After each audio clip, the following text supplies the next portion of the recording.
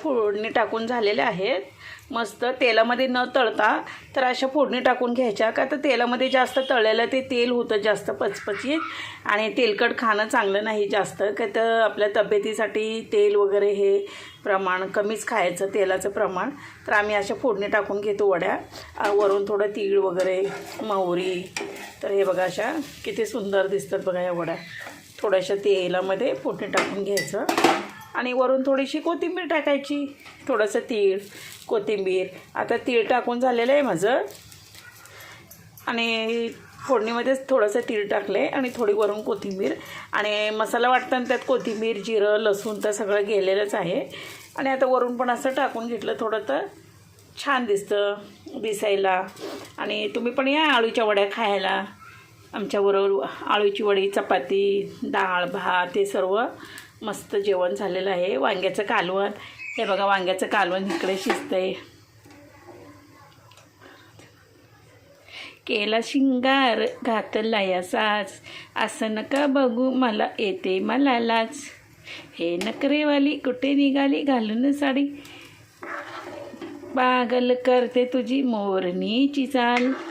गुलाबी साडी आणि लाली लाल लाल, दिसते भारी मी दादा फोटो माझा काढ.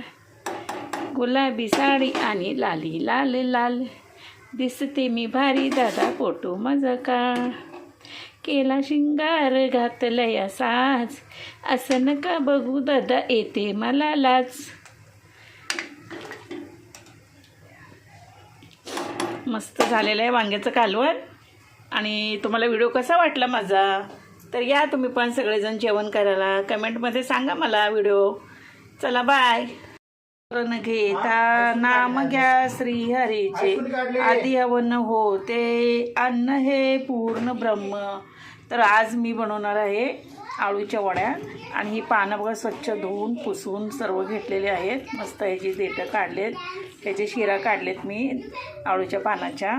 आणि मग ह्याच्यामध्ये मिरची कोथिंबीर जिरं लसूण धना पावडर गरम मसाला गूळ तीळ हे सगळं टाकलेलं आहे. याच्यामध्ये बेसन पीठ आणि सगळं मिक्स केलं आहे. मीठ टाकून घेतलेलं आहे, याच्यामध्ये गूळ टाकलेला आहे आणि सर्व मिरची कोथिंबीर घालून सगळं बारीक करून आता हे पीठ मी ह्या पानांना लावायला घेणार आहे.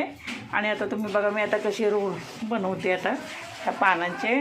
आणि आता हे पीठ सगळं लावून मस्तपैकी टेस्टीच्या अशा वड्या बनवणार आहे. हे पानाला आता पीठ लावून झालं आहे. आणि आता बघा हे रोल कसं बनवायचे.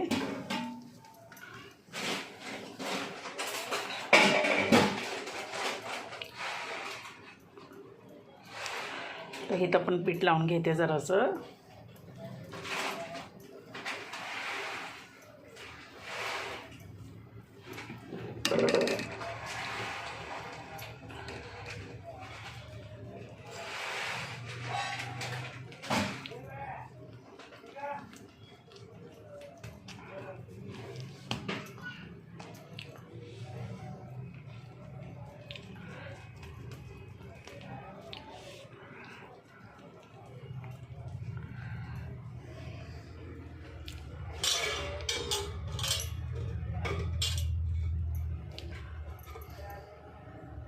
झालेलं आहे आता. आणि मी आता वाफ द्यायला ठेवलेलं आहे. खाली चाळणीमध्ये तेल लावलेलं आहे. चाळणीला तेल लावून मग वड्या ठेवलेत म्हणजे चिटकत नाहीत चाळणीला. आणि खाली टोपात पाणी टाकले. पाणी म्हणजे त्याला पुरेल इतकं ठेवायचं, थोडं जास्त ठेवायचं म्हणजे पाणी असं पूर्ण आटून टोप खाली जळत नाही. तर आता बघ वाफ यायला लागले. तर आता ह्याच्यावरती मी झाकण ठेवणार आहे म्हणजे वाफेने लवकर शिजतात त्या वड्या. तर हे बघा शिजवून अशा कापून घेतल्यात गोल गोल चांगल्या मस्तपैकी. वड्या शिजेपर्यंत मी चपात्या करून घेतल्या, एक टोपलं चपात्या करून घेतल्या. वांग्याचं कालवण करून घेतलं. डाळ भात बनवला मी. डाळ झाली माझी, भात झाला आहे. आता वड्या फोडणी टाकायची आता तयारी आहे माझी. आता मी कढई ठेवले वड्या फोडणी टाकण्यासाठी. आता चला आपण आता वड्या फोडणी टाकूया. आता फोडणी टाकून झालेल्या आहेत.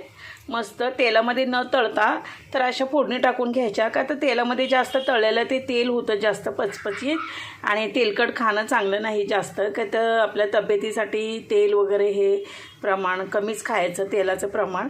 तर आम्ही अशा फोडणी टाकून घेतो वड्या, वरून थोडं तीळ वगैरे, मोहरी. तर हे बघा अशा किती सुंदर दिसतात बघा या वड्या.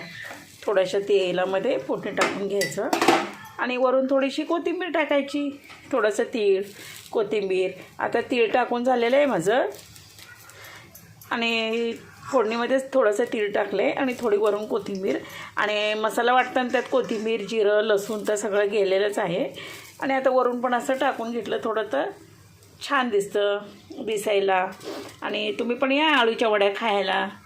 आमच्याबरोबर आळूची वडी, चपाती, डाळ, भात हे सर्व मस्त जेवण झालेलं आहे. वांग्याचं कालवण, हे बघा वांग्याचं कालवण इकडे शिजतंय. केला शिंगार घातला या साज, असं नका बघू मला येते मला लाज.